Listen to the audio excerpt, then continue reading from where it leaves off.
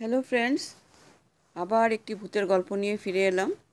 গল্পটি ভালো লাগলে অবশ্যই লাইক এবং কমেন্ট করবে এবং আমার চ্যানেলটিকে সাবস্ক্রাইব করে আমার পাশে থাকবে।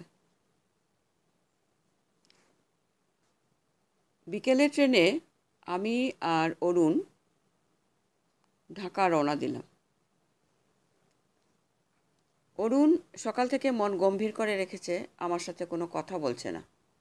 অরুণ এমনিতে হাসি খুশি থাকে, এমন গম্ভীর মুখ তাকে কখনো দেখিনি। আমি অনেকবার তাকে জিজ্ঞাসা করেছি, সে একবারও উত্তর দেয়নি। রাত তখন 8টা কি 9টা। আমি আর অরুণ ট্রেনের করিডোরের সামনে বসেছি। ট্রেনের কামরাটা অপেক্ষাকৃত নির্জন। ট্রেনের সকল বাতি আগে থেকেই নেবানো। পাশের জানালা খোলা, জানালা দিয়ে শীতল হাওয়া ঢুকছে।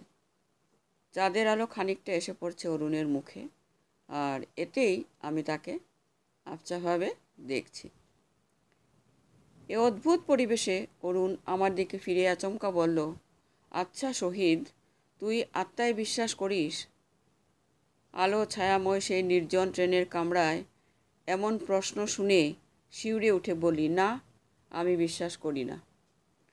হঠাৎ এ প্রশ্ন করলি যে? অরুণ কিছুক্ষণ চুপ করে থেকে কি যেন ভাবতে লাগলো। তাহলে শোন, তোকে একটা ঘটনা বলি। অনেক দিন আগে মধুপুর গ্রামে দুজন মানুষ মারা যায়। একজনকে মসজিদের পাশে আম গাছে ফাঁসিতে ঝুলিয়ে হত্যা করা হয়। এর মাসখানেক পরে একই গাছে ফাঁসি দিয়ে আত্মহত্যা করে আরেকজন। গ্রামাঞ্চলে এ নিয়ে খুব তোলপাড় হয়। তখন থেকে গ্রামের মানুষ এই গাছটি এড়িয়ে চলে। পারতপক্ষে কেউ রাতে ভুলেও আম গাছটির তলা দিয়ে যায় না। আমি গতকাল আম গাছটির তলা দিয়ে যাচ্ছিলাম। তখনও অন্ধকার কাটেনি। চাঁদের আলো হয়তো ছিল, কিন্তু আমি যখন যাচ্ছি তখন ঘোর অন্ধকার। এমনিতে আমি খুব সাহসী, কিন্তু আম গাছের তলা দিয়ে যখন যাচ্ছিলাম তখন খেয়াল করলাম আমি আসলে ভয় পাচ্ছি।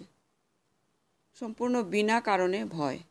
নির্জন একটা রাস্তা দিয়ে গেলে যে কেউ ভয় পেতে পারে, কিন্তু আমার ভয়টা সম্পূর্ণ অন্যরকম। আমার মনে হলো আম গাছটির গোড়ায় কিছু একটা দাঁড়িয়ে আছে।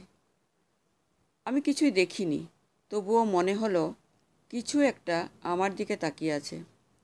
তার অস্তিত্ব নেই, শরীর নেই, কিছুই নেই, তবুও মনে হলো কিছু একটা আমার পাশে আছে।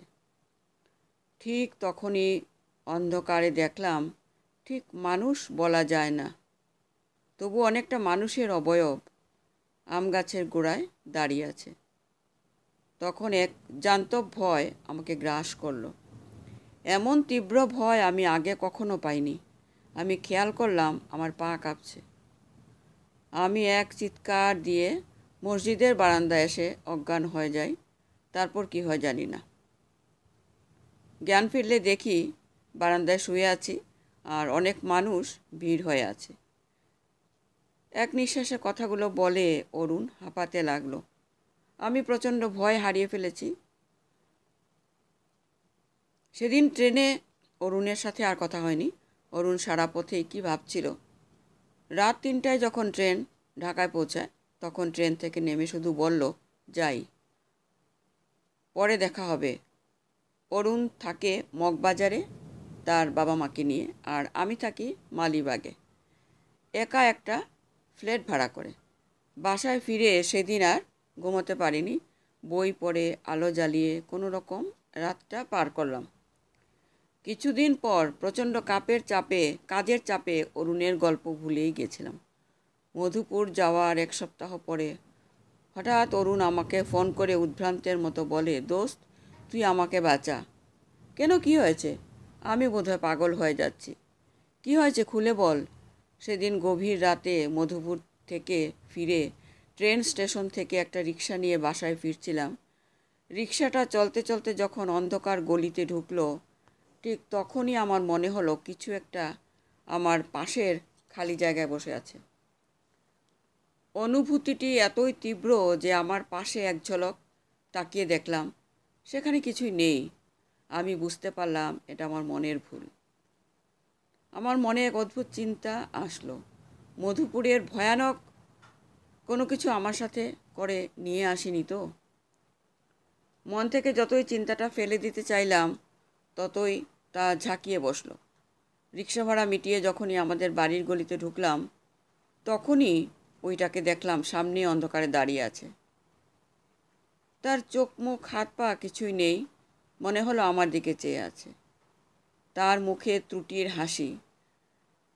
আমি দৌড়ে বাড়ির গেটে গিয়ে দারোয়ানকে ডাকতে থাকি। দারোয়ান আমাকে ধরে নিয়ে রুমে নিয়ে আসে। এত কথা অরুণ এক নাগাড়ে বলে হাঁপাতে লাগলো। আমি বললাম, এসব তোর কল্পনা, চিকিৎসা নিলে মনে হয় ঠিক হয়ে যাবে। প্রথমে আমিও তাই ভেবেছিলাম। 3জন সাইকোলজিস্টের সাথে দেখা করেছিলাম, সব বলেছি, কিন্তু তারা কিছুই করতে পারেনি। এখন আমি তাকে আমার রুমে দেখি, কিছু একটা হাঁটছে আমার রুমে। ঘর অন্ধকার হলে প্রায় দেখি মশারির উপারে কিছু একটা দাঁড়িয়ে আছে। তাই এখন বাতি জ্বালিয়ে ঘুমাই। আমি বললাম, ঠিক আছে, তোকে আর কিছু সাইকিয়াট্রিস্টের ঠিকানা দিচ্ছি, তুই গিয়ে দেখা করে আয়। ঠিকানা নিয়ে অরুণ ফোন রেখে দে। আমার দেয়া ঠিকানাতে গিয়েছিল কিনা ঠিক জানি না, কিন্তু মাসখানেক পর অরুণ যখন তার রুমের ফ্যানে ফাঁস লাগিয়ে আত্মহত্যা করে, তখন খুবই অবাক হলাম। বহু কাজের মধ্যেও তার জানাজায় গেলাম। সেদিন তার বাবা আমাকে জড়িয়ে ধরে খুব কাঁদলেন অনেকক্ষণ। কেন অরুণ আত্মহত্যা করেছে তা কেউ বলতে পারেনি। তবে শেষের দিকে অরুণ গভীর রাতে কে কে বলে চেঁচিয়ে উঠত আর একা একা কথা বলতো। ঘটনাটি এখানে শেষ হতে পারত, কিন্তু আমিও নিজেও এ ঘটনায় জড়িয়ে গেলাম। গল্পটি আজ এখানেই শেষ করছি। নমস্কার।